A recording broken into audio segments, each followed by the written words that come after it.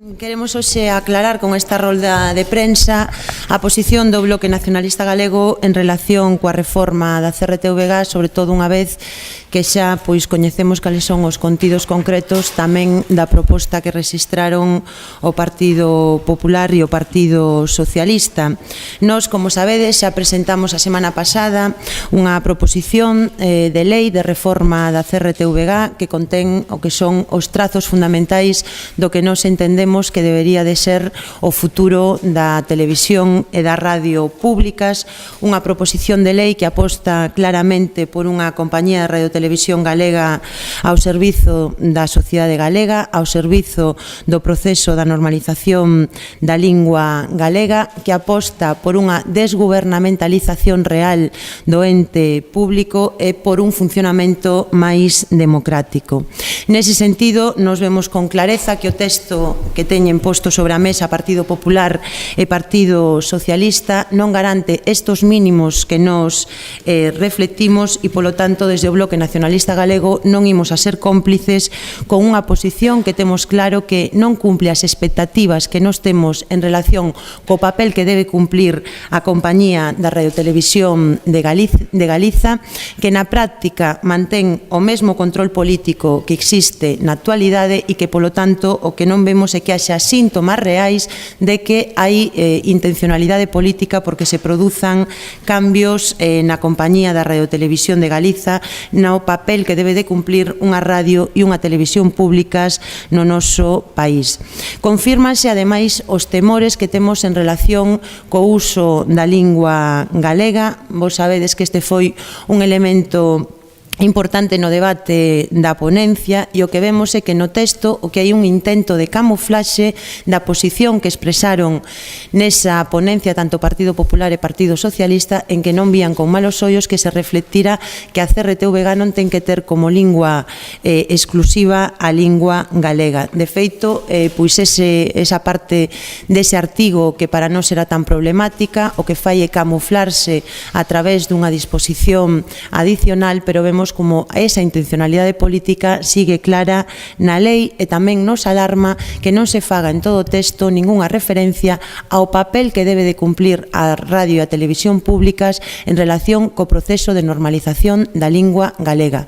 Un papel que neste momento si cabe máis relevante, dado que cos cambios que se teñen producido no ámbito mediático, a lingua galega cada vez ten menos cuota de pantalla na televisión e ten menos cuota nas radios. Por lo tanto, creemos que neste contexto era máis importante, se cabe, reforzar a presenza da lingua galega nos medios audiovisuais.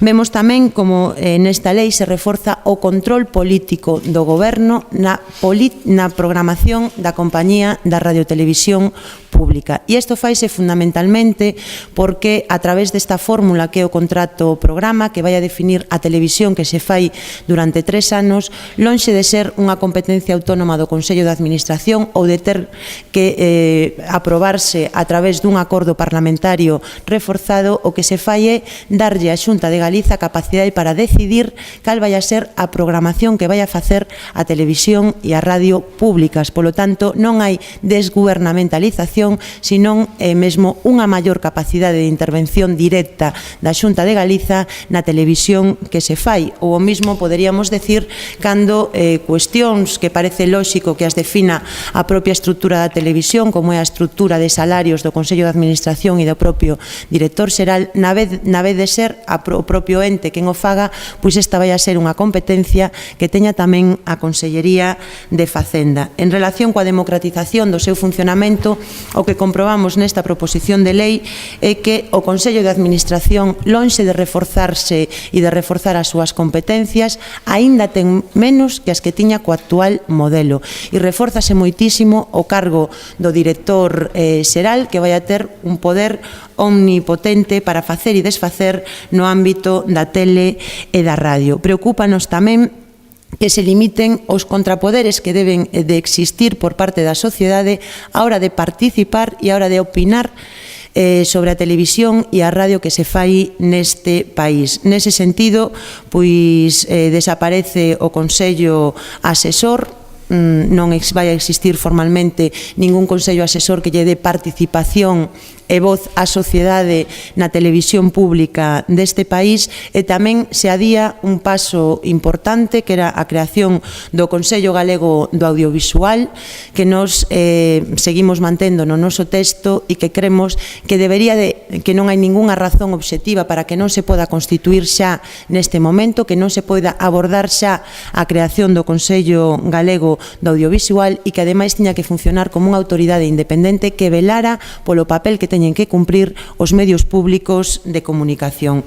E tampouco seguimos sin ver garantías reais de que con esta lei non se vai a producir a curto ou a medio prazo un proceso de privatización da radio e da televisión públicas que, como sabedes, pois forma parte dos obxectivos programáticos que ten expresado o Partido Popular.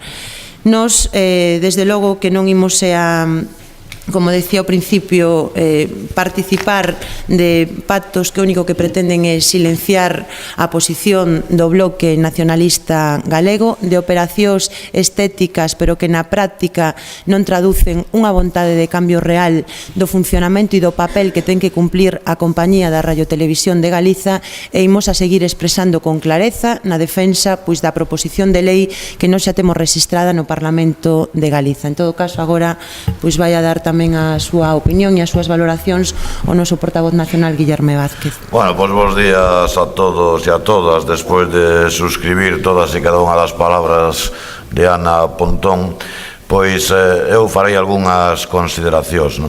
O debate sobre cal é o papel e o modelo a seguir que teñen que ter os medios de comunicación públicos é un debate antigo, non é de hoxe, leva moitos anos en riba da mesa. Dende logo podemos decir que en líneas xerais, sobre todos e cada un deste tipo de medios, pois bueno, todos apostaríamos pola liberdade de información, pola veracidade, pola pluralidade, porque foran medios democráticos, que estuveran fora do control do goberno de turno. Tamén é evidente que incluso se discute, e a mí me parece que é necesario facelo, sobre que contidos debe ter os medios de comunicación públicos, que hai que transmitir á población, etc., etc.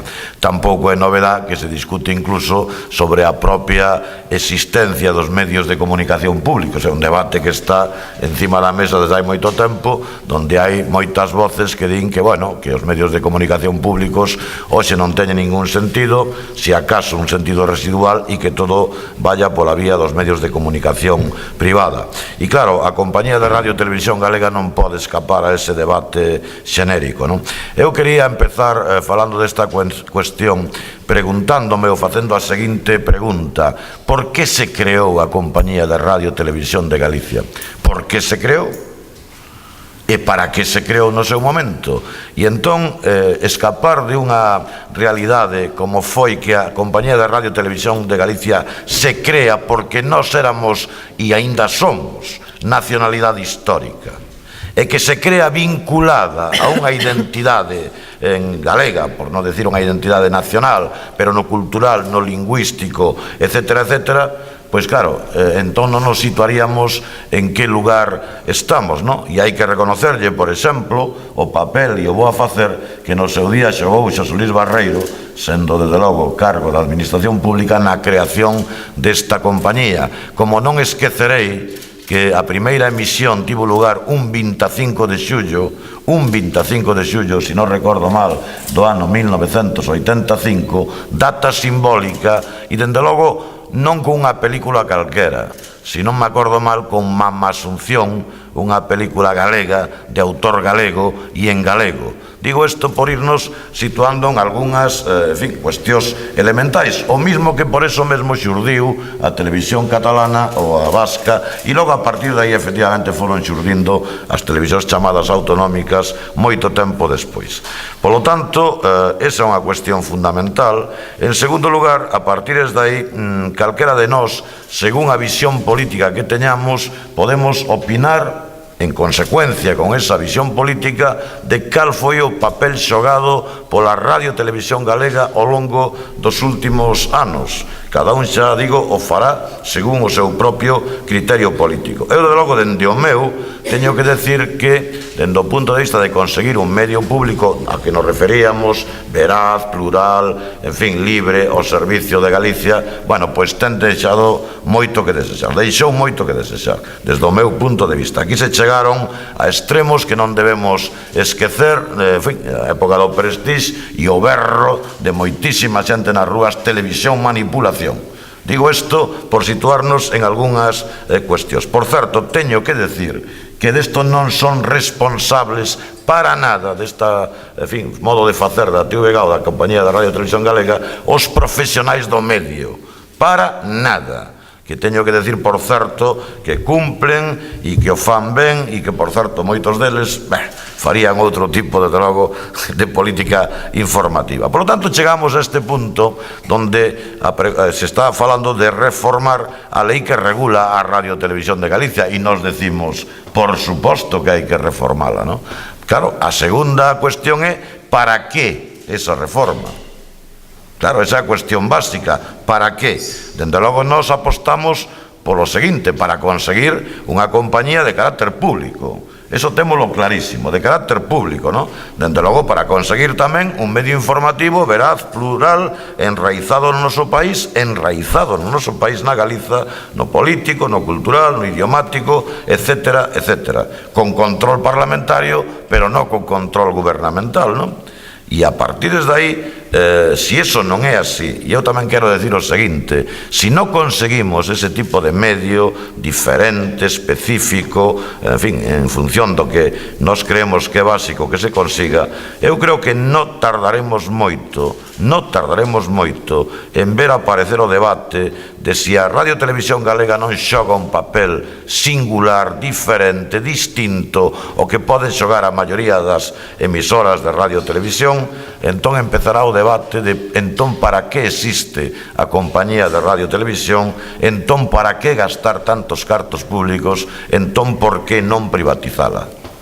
E eu estou seguro que ese debate aparecerá tan pronto a TVG ou a Radio Televisión de Galicia deixen de cumplir a función singular que ten que cumplir, na nosa opinión. Bueno, e logo algunhas outras consideracións. A nós nos resulta algo sorprendente, o digo así, en xeral, o interese, vamos a decir, ou incluso a presión que existe para sumar ao bloque nacionalista galego o consenso alcanzado por Partido Popular e Partido Socialista. Bueno, eu diría que a mí me resulta inaceptable que se poidan producir ese tipo de presións e, polo tanto, que no fondo se negue a capacidade, o dereito que ten o Bloque Nacionalista Galego de formular as súas propias propostas. Porque xa estamos chegando a momentos a veces, en fin, non sei, pouco, en fin, sostibles en democracia, non? Unha cousa é o consenso e outra é o trágala. E nós estamos dispostos a todo consenso que se xa menester. De feito, como di Ana, presentaremos a nosa propia proposta, haberá un debate parlamentario. A mí me gustaría que máis alá de máis do debate parlamentar houbera debate público sobre este tipo de cuestións e a partir de aí sigue cabendo consenso. Pero nós non vamos a aceptar un trágala, nin vamos a ser cómplices da reforma dos demais. Eso porque quede claro, non? Polo tanto, digo que sorprende ese interés no sentido de que aquí non haxa ningunha voz crítica, ni discordante, ni diferente a ese famosísimo acordo que ao parecer alcanzaron outros grupos políticos, non? Bueno, nós insistimos tamén, e xa sei que isto será valorado e moitas veces se valorará, non?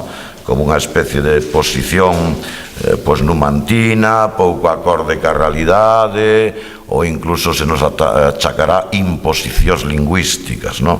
Pero nós insistimos en que se a compañía de radio e televisión galega non é monolingüísticamente en galego, entón francamente non sei que outra, en fin, papel poderá xogar. Por certo, hai quen insiste en pedir esa, vamos a chamar entre comillas, pluralidade lingüística existente na nosa sociedade, na compañía de Radio e Televisión de Galicia, cando prácticamente ningún, e vou a decir, bueno, ningún medio de comunicación a aplica para sí mesmo. Digo isto porque non deixa de ser tamén sorprendente as cousas que se poden decir.